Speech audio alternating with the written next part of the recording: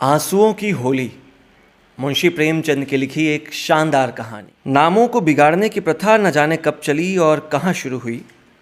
इस संसार व्यापी रोग का पता लगाएं तो ऐतिहासिक संसार में अवश्य ही अपना नाम छोड़ जाए। पंडित जी का नाम तो श्री विलास था, पर मित्र लोग सिलबिल कहा करते थे। नामों का असर चरित्र पर कुछ न कुछ पड़ जाता है। बेचारे सिलबिल सचमुच ही सिलबिल थे। दफ्तर जा रहे हैं मगर पाजामे का इजार बंद नीचे लटक रहा है। सिर पर फेल्ट कैप है, पर लंबी सी चुटिया पीछे झांक रही है। अचकन यूँ बहुत सुंदर है। न जाने उन्हें त्योहारों से क्या चिढ़ थी। दिवाली गुजर जाती पर वह भलमानस कौड़ी हाथ में न लेता, और होली का दिन तो उनकी भीषण परीक्षा का दिन था। 3 दिन तो वो घर से बाहर ही नहीं निकलते थे। घर पर भी काले कपड़े पहने बैठे रहते थे। यार लोग टोह में रहते थे कि कहीं बच्चा फंस जाए, मगर घर में घुसकर तो फौजदारी नहीं की जाती। एक आध बार फंसे भी, मगर घिघिया पुदिया कर बेदाग निकल गए। लेकिन अब की समस्या बहुत कठिन हो गई थी। शास्त्रों के अनुसार 25 वर्ष तक ब्रह्मचर्य का पालन करने के बाद उन्होंने विवाह किया था। ब्रह्मचर्य के परिपक्व होने में जो थोड़ी बहुत कसर रही, वह 3 वर्ष के गौने की मुद्दत ने पूरी कर दी। यद्यपि स्त्री से कोई शंका न थी, तथापि वह औरतों को सिर चढ़ाने के हामी न थे। इस मामले में उन्हें अपना वही पुराना धुराना ढंग पसंद था। बीवी को जब कसकर डांट दिया तो उसकी मजाल है कि रंग हाथ से छुए। विपत्ति यह थी कि ससुराल के लोग भी होली मनाने आने वाले थे। पुरानी मसल है, बहन अंदर तो भाई सिकंदर। इन सिकंदरों के आक्रमण से बचने का उन्हें कोई उपाय न सूझता था। मित्र लोग घर में ना जा सकते थे, लेकिन सिकंदरों को कौन रोक सकता है। स्त्री ने आंख फाड़ कर कहा, अरे भैया, क्या सचमुच रंग ना लगाओगे? यह कैसी होली है बाबा?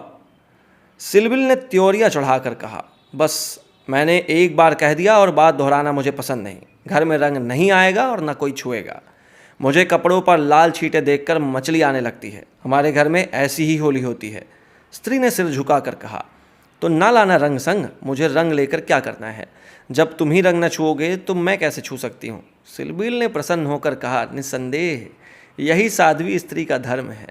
लेकिन भैया तो आने वाले हैं ना, वह क्यों मानेंगे? उनके लिए भी मैंने एक उपाय सोच लिया है। उसे सफल बनाना तुम्हारा काम है। मैं बीमार बन जाऊंगा, एक चादर ओढ़कर लेटा रहूंगा, तुम कहना इन्हें ज्वर आ गया है। बस चलो, छुट्टी हुई।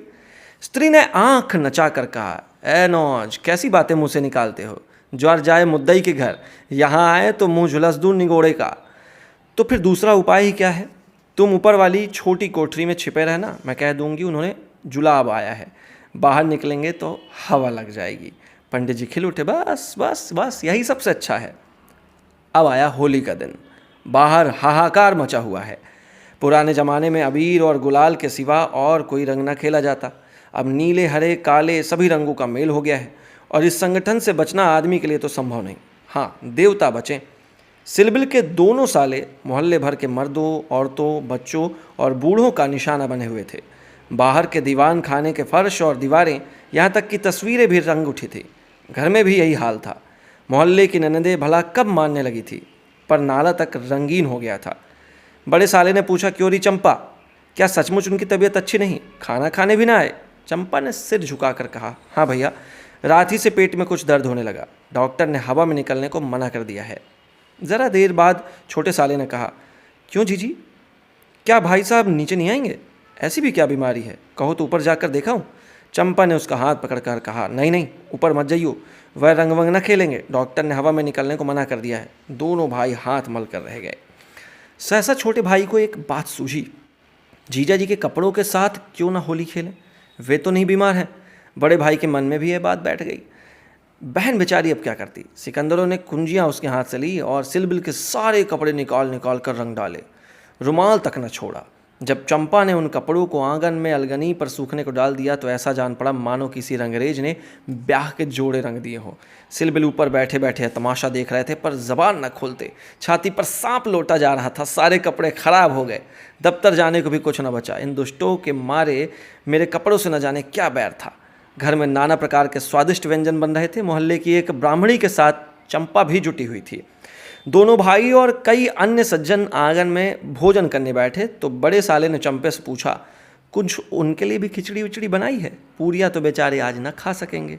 चंपा ने कहा, अभी तो नहीं बनाई, अब बना लूँगी। वाह हरी तेरी अक्ल, अभी तक तुझे इतनी फिक्र नहीं कि वे बेचारे खाएंगे क्या? तू तो इतनी लापरवाह कभी न थी। जा निकल जा, जल्दी से चावल और मूंग की दाल ले आ। लीजिए। अब खिचड़ी पकने लगी। इधर मित्रों ने भोजन करना शुरू किया। सिलबिल ऊपर बैठे अपनी किस्मत को रो रहे थे। उन्हें इस सारी विपत्ति का एक ही कारण मालूम होता था, विवाह।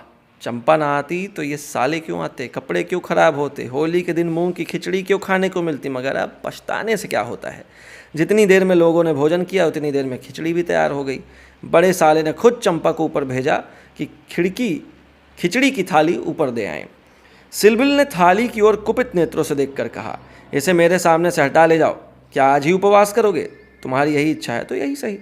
मैंने क्या किया, सवेरे से जुटी हुई हूँ। भैया ने खुद खिचड़ी डलवाई और मुझे यहाँ भेजा। हाँ, वो तो मैं देख रहा हूँ कि मैं घर का स्वामी नहीं, सिकंदरों ने उस पर कब्जा जमा लिया है। मगर मैं ये मान नहीं सकता कि तुम चाहती तो और लोगों के पहले ही मेरे पास थाली न पहुँच जाती। मैं इसे पतिव्रत धर्म के विरुद्ध समझता हूँ। और क्या कहूँ, तुम तो देख रहे थे कि दोनों जने मेरे सिर पर सवार थे। अच्छी दिल लगी है। और लोग तो समोसे और खस्ते उड़ाए और मुझे मूंग की खिचड़ी दी जाए। वाह रे नसीब, तुम इसे 2-4 और खा लो, मुझे ज्यों ही अवसर मिलेगा दूसरी थाली लाऊंगी। सारे कपड़े रंगवा डाले, दफ्तर कैसे जाऊंगा?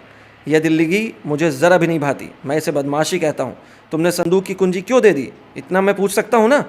ज़बरदस्ती छीन ली, तुमने नहीं सुना? करती क्या? अच्छा, जो हुआ सो हुआ, ये थाली ले जाओ।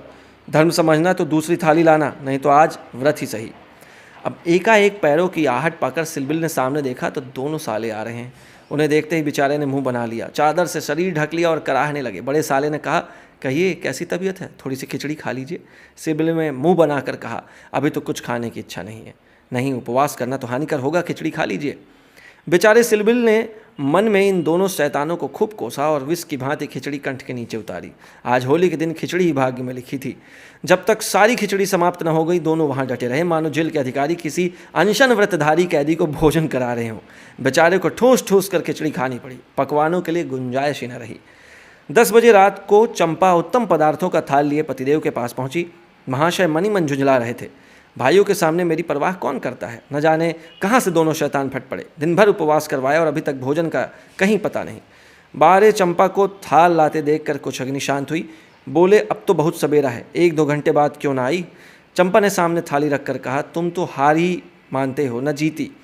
अब आखिर ये 2 मेहमान आए हुए हैं, इनकी सेवा सत्कार न करूं तो भी तो काम नहीं चलता। तुम्हीं को बुरा लगेगा, कौन रोज रोज आएंगे? ईश्वर न करे कि रोज आए। यहाँ तो एक ही दिन में बैठिया बैठ गई। थाल की सुगंध में तरबतर चीज़ें देखकर सहसा पंडित जी के मुखारबिंद पर मुस्कान की लाली दौड़ गई। एक एक चीज़ें खाते थे और चंपा को सराहते थे। सच कहता हूँ चंपा, मैंने ऐसी चीज़ें कभी नहीं खाई थी। हलवाई साला क्या बनाएगा? जी चाहता है कुछ इनाम दूँ। तुम मुझे बना रहे हो? क्या करूँ, जैसा बनाना आता है बना लाई। नहीं जी, सच कह रहा हूँ, मेरी तो आत्मा तक तृप्त हो गई। आज मुझे ज्ञात हुआ कि भोजन का संबंध उदर से इतना नहीं जितना आत्मा से है। बतलाओ क्या इनाम दूँ? जो मांगूँ है दोगे? दूंगा, जनेऊ की कसम खाकर कहता हूँ। ना दो तो मेरी बात जाए। कहता हूँ भाई, अब कैसे कहूँ? क्या लिखा पढ़ी कर दूँ? अच्छा तो मांगती हूँ, मुझे अपने साथ होली खेलने दो। पंडित जी का रंग उड़ गया। आंखें फाड़ कर बोले, होली खेलने दूँ? मैं तो होली खेलता नहीं, कभी नहीं खेला। होली खेलना होता तो घर में छिप कर क्यों बैठता? औरों के साथ मत खेलो, लेकिन मेरे साथ तो खेलना ही पड़ेगा। ये मेरे नियम के विरुद्ध है। जिस चीज़ को अपने घर में उचित समझूं उसे किस न्याय से घर के बाहर अनुचित समझूं? सोचो। चंपा ने सिर नीचा करके कहा, घर में ऐसी कितनी बातें उचित समझते हो जो घर के बाहर करना अनुचित ही नहीं पाप भी है। पंडित जी झेपते हुए बोले, अच्छा भाई, तुम जीती, मैं हारा। अब मैं तुमसे यही दान मांगता हूँ। पहले मेरा पुरस्कार दे दो, पीछे मुझसे दान मांगना। यह कहते हुए चंपा ने लोटे का रंग उठा लिया और पंडित जी को सिर से पांव तक नहला दिया। जब तक वह उठकर भागे उसने मुट्ठी भर गुलाल लेकर सारे मुंह में पोत दिया। पंडित जी रोनी सूरत बनाकर बोले, अभी और कसर बाकी हो तो वह भी पूरी कर लो। मैं जानता था कि तुम मेरी आस्तीन का सांप बनोगी। अब और कुछ रंग बाकी नहीं रहा। चंपा ने पति के मुख की ओर देखा तो उस पर मनोवेदना का गहरा रंग झलक रहा था। पछता कर बोली, क्या तुम सचमुच बुरा मान गए हो? मैं तो समझती थी कि तुम केवल मुझे चिढ़ा रहे हो। श्री विलास ने कांपते हुए स्वर में कहा, नहीं चंपा, मुझे बुरा नहीं लगा। हाँ, तुमने मुझे उस कर्तव्य की याद दिला दी जो मैं कभी अपनी कायरता के कारण भूला बैठा था। वह सामने जो चित्र देख रही हो वो मेरे परम मित्र मनहर नाथ का है, जो अब संसार में नहीं है। तुमसे क्या कहूँ, कितना सरस, कितना भावुक, कितना साहसी आदमी था। देश की दशा देख देख कर उसका खून जलता रहा। 19-20 भी कोई उम्र होती है? पर वह उसी उम्र में अपने जीवन का मार्ग निश्चित कर चुका था। सेवा करने का अवसर पाकर वह इस तरह उसे पकड़ता था मानो संपत्ति हो। जन्म का विरागी था, वासना तो उसे छू ही न गई। हमारे और साथी सैर सपाटे करते थे, पर उसका मार्ग सबसे अलग था। सत्य के लिए प्राण देने को तैयार। कहीं अन्याय देखता तो भवें तन गई, कहीं पत्रों में अत्याचार की खबर देखी और चेहरा तमतमा उठा। ऐसा तो मैंने आदमी ही नहीं देखा। ईश्वर ने अकाल ही बुला लिया, नहीं तो वह मनुष्यों में रत्न होता। किसी मुसीबत के मारे का उद्धार करने को अपने प्राण हथेली पर लिए फिरता था। स्त्री जाति का इतना आदर और सम्मान कोई क्यों करेगा। स्त्री उसके लिए पूजा और भक्ति की वस्तु थी। 5 वर्ष हुए, यही होली का दिन था। मैं भंग के नशे में चूर, रंग में सिर से पांव तक नहाया हुआ उसे गाना सुनने के लिए बुलाया गया तो देखा कि वह कपड़े पहनकर कहीं जाने को तैयार है। पूछा, मैंने कहाँ जा रहे हो? तो उसने मेरा हाथ पकड़कर कहा, तुम अच्छे वक्त पर आ गए, नहीं तो मुझे जाना पड़ता। एक अनाथ बुढ़िया मर गई है, कोई उसे कंधा देने वाला नहीं मिलता। कोई किसी मित्र से मिलने गया हुआ है तो कोई नशे में चूर पड़ा हुआ है, कोई मित्रों की दावत कर रहा है, कोई महफिल सजाए बैठा है, कोई लाश को उठाने वाला नहीं। ब्राह्मण क्षत्रिय उस चमारिन की लाश कैसे छुएंगे? उनका तो धर्म भ्रष्ट होता है, कोई तैयार ही नहीं होता। बड़ी मुश्किल से 2 कहार मिले हैं, एक मैं हूँ, चौथे आदमी की कमी थी, सो ईश्वर ने तुम्हें भेज दिया, चलो चलें। हाय, अगर मैं जानता कि यह प्यारे मनहर का आदेश है तो आज मेरी आत्मा को इतनी ग्लानि न होती। मेरे घर कई मित्र आए हुए थे, गाना हो रहा था। उस वक्त लाश उठाकर नदी जाना मुझे अप्रिय लगा। बोला, इस वक्त तो भाई मैं नहीं जा सकूंगा, घर पर मेहमान बैठे हुए हैं, मैं तुम्हें बुलाने आया था। मनहर ने मेरी ओर तिरस्कार भरी नज़रों से देखा। अच्छी बात है, तुम जाओ, मैं और कोई साथी खोज लूँगा, मगर तुमसे मुझे ऐसी आशा नहीं थी। तुमने भी वही कहा जो तुमसे पहले औरों ने कहा। कोई नई बात नहीं थी। अगर हम लोग अपने कर्तव्य को भूल न गए होते तो आज ये दशा ही क्यों होती। ऐसी होली को धिक्कार है। त्यौहार तमाशा देखने, अच्छी अच्छी चीज़ें खाने और अच्छे अच्छे कपड़े पहनने का नाम नहीं है। यह व्रत है, तप है, अपने भाइयों से प्रेम और सहानुभूति करना ही त्यौहार का खास मतलब है। और कपड़े लाल करने के पहले खून को लाल कर लो, सफ़ेद खून पर यह लाली शोभा नहीं देती। यह कहकर वह चला गया। मुझे उस वक्त यह फटकारे बहुत बुरी मालूम हुई। अगर मुझ में वह सेवा भाव न था तो उसे मुझे ये धिक्कारने का कोई अधिकार न था। घर चला आया, पर वे बातें बराबर मेरी कानों में गूंजती रही। होली का सारा मज़ा बिगड़ गया। 1 महीने तक हम दोनों की मुलाकात न हुई। कॉलेज इम्तिहान की तैयारी के लिए बंद हो गया था, इसलिए कॉलेज में भी भेंट न होती थी। मुझे कुछ खबर नहीं वह कब और कैसे बीमार पड़ा और कब अपने घर गया। सहसा एक दिन मुझे उसका एक पत्र मिला। हाय, उस पत्र को पढ़कर आज भी छाती फटने लगती है। श्री विलास एक क्षण तक गला रुक जाने के कारण बोल न सके। फिर बोले, किसी दिन तुम्हें फिर दिखाऊंगा। लिखा था, मुझसे आखिरी बार मिल जा, अब शायद इस जीवन में भेंट ना हो। खत मेरे हाथ से छूटकर गिर पड़ा। उसका घर मेरठ के ज़िले में था। दूसरी गाड़ी जाने में आधा घंटे की कसर थी। तुरंत चल पड़ा, मगर उसके दर्शन ना बते थे। मेरे पहुंचने के पहले ही वह सिधार चुका था। चंपा, उसके बाद मैंने होली नहीं खेली। होली ही नहीं, मैंने तो और बाकी सारे त्यौहार भी छोड़ दिए। ईश्वर ने शायद मुझे क्रिया की शक्ति नहीं दी।